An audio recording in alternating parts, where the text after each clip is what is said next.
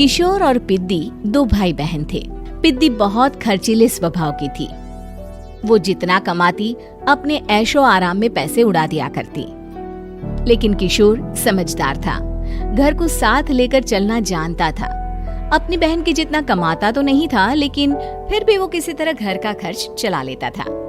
एक दिन पिद्दी किशोर से कहती है, किशोर तुम थोड़ा ज्यादा क्यों नहीं कमाते? मेरे दोस्त रोज मेरा मजाक उड़ाते हैं। अरे बहन, मैं कोशिश तो कर रहा हूँ। अच्छा सुनो, अगले महीने रक्षाबंधन है, मुझे सोने का हार चाहिए, इससे कम कुछ भी ना लूंगी। अरे दिला दूंगा बहन। किशोर को पूरी रात नींद नहीं आती। उसके दिमाग में बस ये चल रहा था कि उसकी माली हालत इतनी बिगड़ चुकी है, अब वो सोने का हार कहाँ से लाएगा। अगले दिन किशोर सुबह सुबह घर से ये बोलकर निकल गया कि पिद्दी, मैं गांव से बाहर जा रहा हूँ, कुछ दिन घर नहीं आऊंगा। किशोर ने अपने काम के साथ साथ फेरी में कपड़े बेचने भी शुरू कर दिए, जिससे वो ज्यादा से ज्यादा पैसे कमा सके। रात में वो एक बिल्डिंग की चौकीदारी भी करने लगा। अपने काम से थोड़ा बहुत समय निकालकर बस कुछ घंटे की नींद ले पाता था। और कब वो कुछ दिन एक महीने में बदल गए और रक्षाबंधन भी आ गया, पता ही नहीं चला। लेकिन किशोर अभी तक घर वापस नहीं लौटा। जहां वो काम करता था, पिद्दी के नाम का गुल्लक रखा हुआ था। किशोर ने उस गुल्लक को फोड़ा और सारे पैसे इकट्ठा करके एक सोने का हार खरीद लिया। घर में पिद्दी किशोर का इंतजार कर रही थी। तभी किशोर आता है। कहाँ चले गए थे? 4 दिन का कहा था और 1 महीने से पता नहीं कहाँ गायब हो गए थे। मैंने बस एक हार मांगा था और तुमने तो घर ही छोड़ दिया। अरे मुझे थोड़ा काम मिल गया था। कुछ नहीं, सब समझती हूँ, बहाने थे तुम्हारे। अपनी बहन के लिए इतना भी नहीं कर सकते, कैसे भाई हो? चलो यहाँ बैठो, राखी बांधती हूँ। पिद्दी ने किशोर को राखी बांधी। वैसे ही किशोर ने अपनी बहन के हाथ में सोने का हार रख दिया। उसकी खुशी का कोई ठिकाना नहीं था। वो मिठाई खिलाए बिना ही नेकलेस लेकर चली गई और शीशे के सामने अपने गले में हार रखकर देखने लगी। किशोर ने लड्डू उठाया और खुद ही खा लिया। ऐसे कई साल गुजर गए। एक दिन पिद्दी की नौकरी छूट गई। अब वो पूरी तरह किशोर पर डिपेंड हो गई थी। आए दिन किशोर को अपने महंगे महंगे शौक गिनाकर उससे पैसे मांगा करती थी। किशोर कुछ पैसे देना, मुझे पार्लर जाना है। किशोर बिना कुछ बोले उसे पैसे दे देता। ये क्या, 500? अरे इतने में तो मुझे पार्लर में एंट्री मिलेगी बस। अच्छा देता हूँ ना ज्यादा। अरे कैसे भाई हो, अपनी बहन के लिए इतना भी नहीं कर सकते। किशोर ने जेब से 2000 का नोट निकाला और उसे दे दिया। किशोर गरीबी में रह लेता था, लेकिन अपनी बहन को कभी कोई कमी नहीं होने देता था। बेटा, पिद्दी तुम्हारी बहन है, उसे कभी किसी चीज की कमी मत होने देना और उसका ध्यान रखना, क्योंकि भाई का फर्ज होता है अपनी बहन का ध्यान रखना।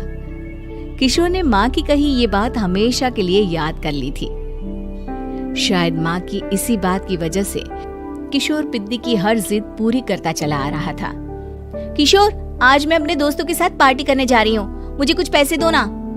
किशोर पिद्दी को समझाता है, लेकिन पिद्दी नाराज होकर चली गई और अपने कमरे में सुबक सुबक कर रोने लगी। किशोर अपनी जेब से कुछ पैसे निकालता है और पिद्दी को दे देता है। किशोर खुद कभी अच्छे कपड़े नहीं पहनता, लेकिन पिद्दी को राजकुमारी की तरह रखता। पिद्दी के जाने के बाद किशोर अपने काम पर निकल गया।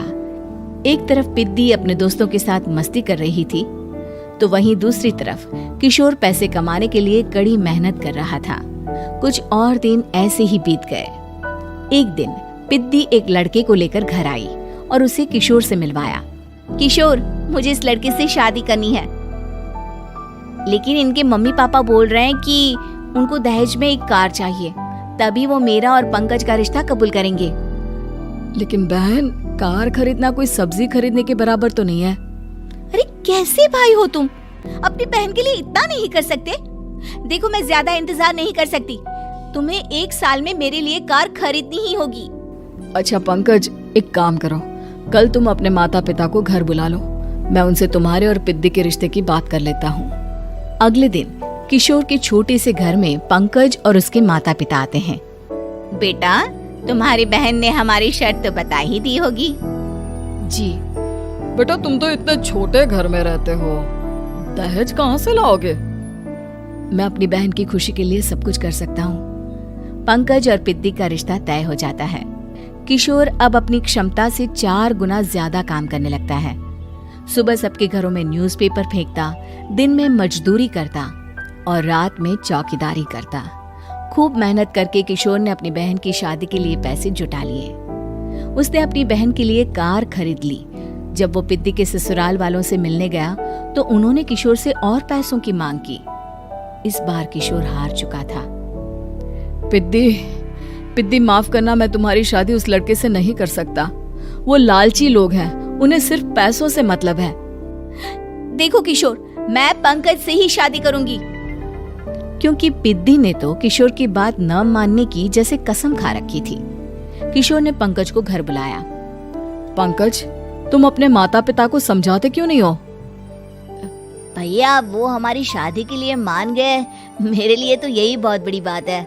हम एक काम कर सकते हैं, दहेज की रकम में से कुछ पैसे मैं आपको दे देता हूँ। अरे लेकिन समाज वाले क्या कहेंगे? अरे जब दुनिया को पता चलेगा तब ना। अच्छा, कुछ पैसे मैं अपने मालिक से कर्ज में ले लेता हूँ। कुछ पैसे पंकज देता है, कुछ वो कर्जा लेता है और अपनी उम्र भर की कमाई वो अपनी बहन की शादी में लगा देता है। आखिर में पंकज और पिद्दी की शादी हो जाती है। पिद्दी की विदाई के बाद किशोर बिल्कुल अकेला पड़ जाता है। अब उसका कमाने में भी मन नहीं लगता। उधारी वाले रोज घर में आकर बैठ जाते हैं। अरे किशोर, अब तो पिद्दी की शादी को 5 साल हो गए, अब तो हमारा पैसा लौटा दो। चाचा, पिद्दी के जाने के बाद किसी भी काम में मन नहीं लगता। अरे तो हमारा पैसा कैसे वापस मिलेगा?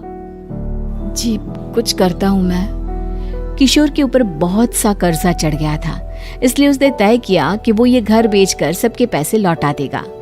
अगली सुबह शहर के किसी साहूकार को उसने अपना घर बेच दिया और सबके पैसे लौटा के वो गांव छोड़कर चला गया। पिद्दी ने शादी के बाद कभी अपने भाई का हाल तक नहीं पूछा। किशोर को फर्क नहीं पड़ता था, बस ससुराल में उसकी बहन खुश है ये जानकर उसे खुद की खुशी मिलती थी और ये सोचकर कि उसने माँ से किया हुआ वादा पूरा कर दिया।